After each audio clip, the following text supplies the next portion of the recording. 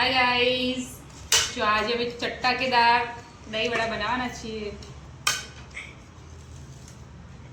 મસ્ત જો આપણે બનાવી દીધા છે વડા.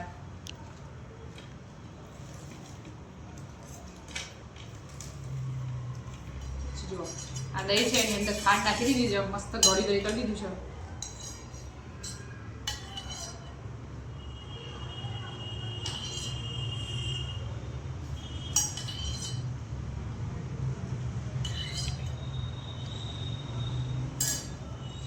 પછી એની ઉપર આવશે સેવ,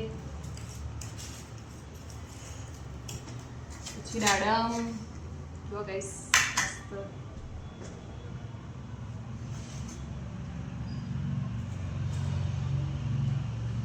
પછી આવશે મરચું, પેલા દાણા નાખી દીધા. હવે ભૂલ થઈ જાય ક્યારેક ક્યારેક.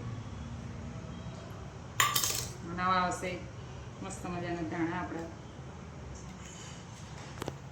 જો ગાઈસ દહીં વડા રેડી છે. હું ખાઈશ.